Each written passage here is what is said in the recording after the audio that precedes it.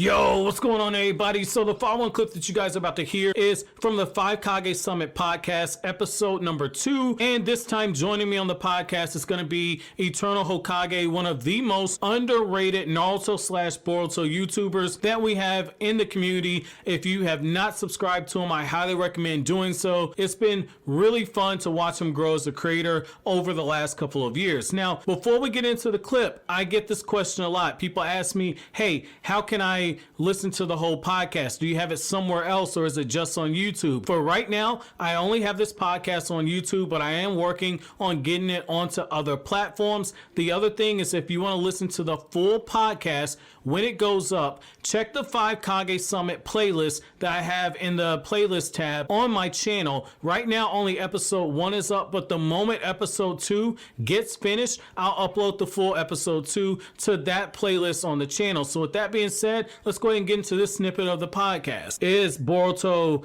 a Naruto and Minato ripoff? Like, I hate when people say that for the reasons you said, but I also hate it because it goes back to the power thing. So is he a ripoff? Okay, so we know that Jiraiya, when they met Tsunade, Jiraiya was told by Tsunade that Naruto isn't anything like your former student. Minato was very talented. He was very popular with the kids. He was actually a pretty good looker. Tsunade was calling young Minato attractive. We know that Boruto has girls after him. We know that Boruto's popular. We know that Boruto is very skilled. And yet, what do Minato and Naruto have over Boruto? They both have insane chakra reserves, and they both were soloing people that were Jonin plus level. Like when Kushina got kidnapped, Minato was taking out Chunin from the Hidden Cloud Village. Like, Minato was rising through the ranks very quickly. Boruto's not pulling any of that shit. So to call him a ripoff and to ignore that part of their characters, I feel like that's disingenuous. Yeah,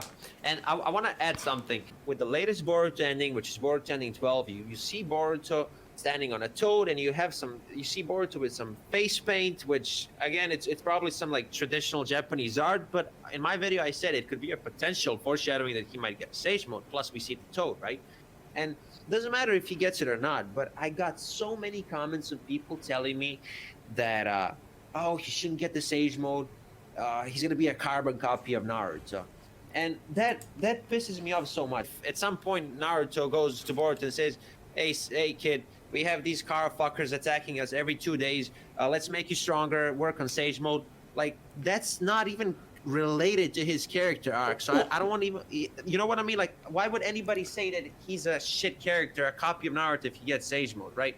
Even on that, let's look at it from this perspective too, okay? Like, if you don't have enough power backing that stuff up, the shit does not hit the same. So if Kid Naruto learned Sage Mode, I'm talking 12-year-old Naruto in the academy in chapter 1 when he's fighting against, who is it, Mizuki? Yeah, I think Mizuki, it definitely starts with an M, but yeah, we all know him. So if that version of Naruto knew Sage Mode, that doesn't mean that he's automatically as strong as Naruto that had Sage Mode when he fought against Pain. That's not the case. Boruto is very talented, but the anime's gone out of its way to show you he's got the skill, but he don't have the power. But even when we speak about powers, it would make sense for him to get Sage Mode if anybody wants to teach him, whether it's Naruto, Konohamaru, or if you believe in the crazy theories, one of which I did recently, Kashin Koji, if he decides to cooperate with Konoha because he clearly wants to kill Jigen. But all that aside,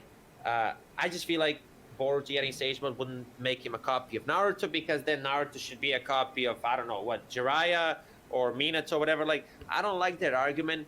And also, when people talk about similarities between Naruto and Boruto, I feel like they just like turn off their brain and they forget that Boruto is Naruto's kid growing up with him. Because I have people in my comment section, quote unquote debated with somebody 2 days ago. Basically, this guy said, the typical comment, if Boruto gets Sage Mode, whatever, he's going to be a copy, something like that. I posted a long comment saying what I said in this video: powers should not relate to the complexity and / writing / character arc of the character. And then I explained why it would make sense for him to get it. And then this dude said that, well, even in terms of like character, whatever, they made him dumber, they made him goofy, and all this and that. So like, Wait. See, this is why I tell people read the manga, okay? Like the manga's starting to show more Boruto's bratty side and some of Naruto's childish antics. Even Shikamaru says like you're starting to remind me of your father, but like you're going to take on some of your parents' personalities. Like you have, and again, I'm 27, so I got friends who have kids, and like they say it themselves.